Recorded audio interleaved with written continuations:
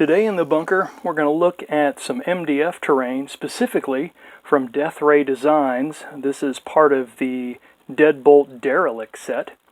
It's a really nice set. I'm really happy I got it. I bought it a while back.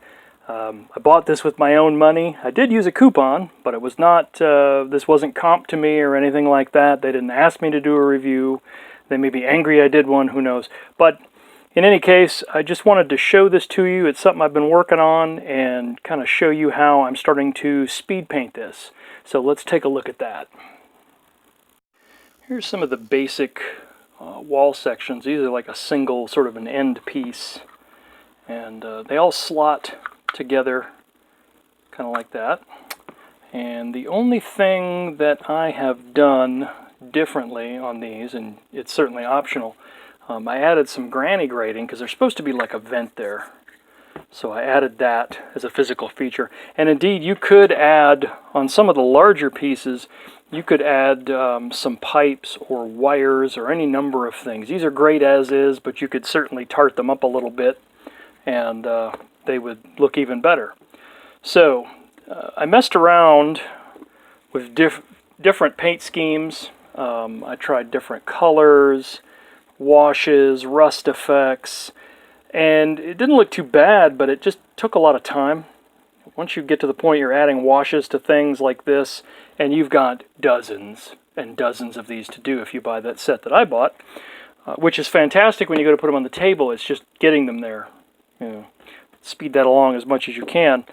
So finally figured out a way to do that without adding washes or anything else.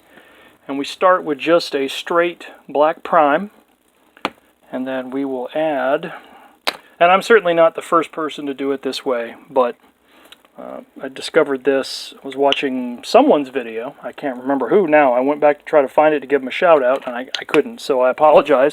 If you know who it is, don't be afraid to put that in the comments. So it wasn't any of the really big YouTubers. It was somebody else that I thought I was subscribed to, but apparently I'm not, so I'm kind of ashamed of that, because they had a good channel.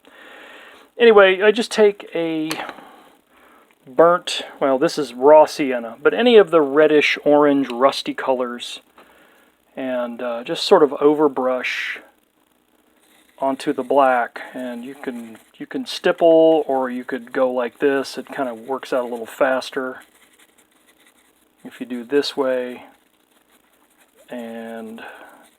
But you start with that black undercoat, which gives you your shadows.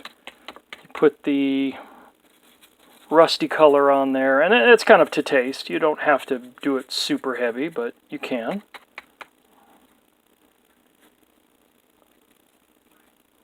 And then once that's dry, here's some pieces I did earlier. It's like a cooking show. Once that's dry, then you take some silver, just some craft silver,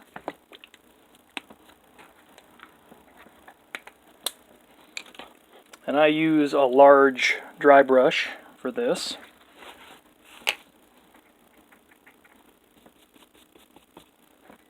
And whereas that's overbrushing, you want to get a good kind of a heavy coat on there. Not like you're painting a base coat, but you want some color. This is more of a dry brush, sort of a traditional dry brush.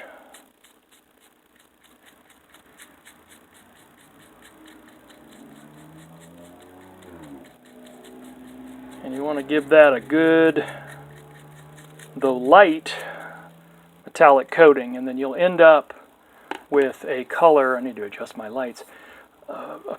It's obviously metallic, it's obviously somewhat rusty. It gives it a very, very convincing aged metal look. And the beauty of it is these pieces are sort of game agnostic, so they don't look like a 12th century cathedral suddenly shat out a vault, which has its charms, but if you want to use this for Fallout and the Underhive, then a little bit more generic looking like this comes in pretty handy, because this will work convincingly for either of those.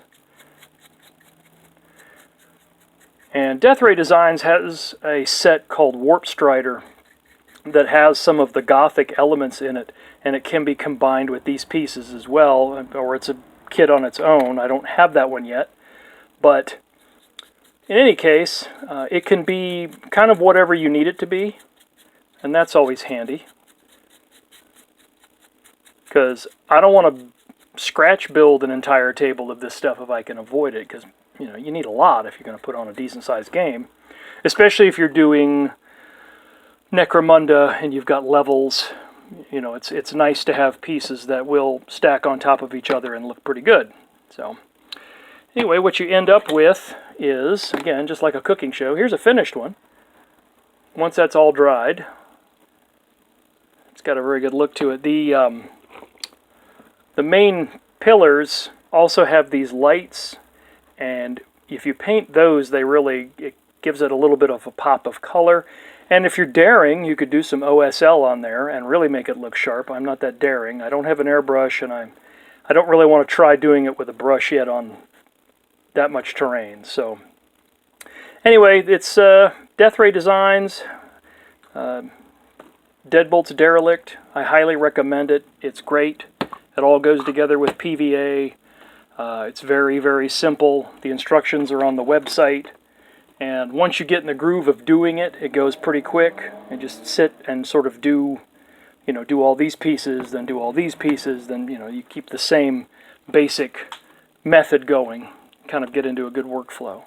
So anyway, hope that was useful to you. This is what I'm working on now, and something you'll be seeing more of in the future. So I appreciate you guys watching. I hope you have a fantastic day.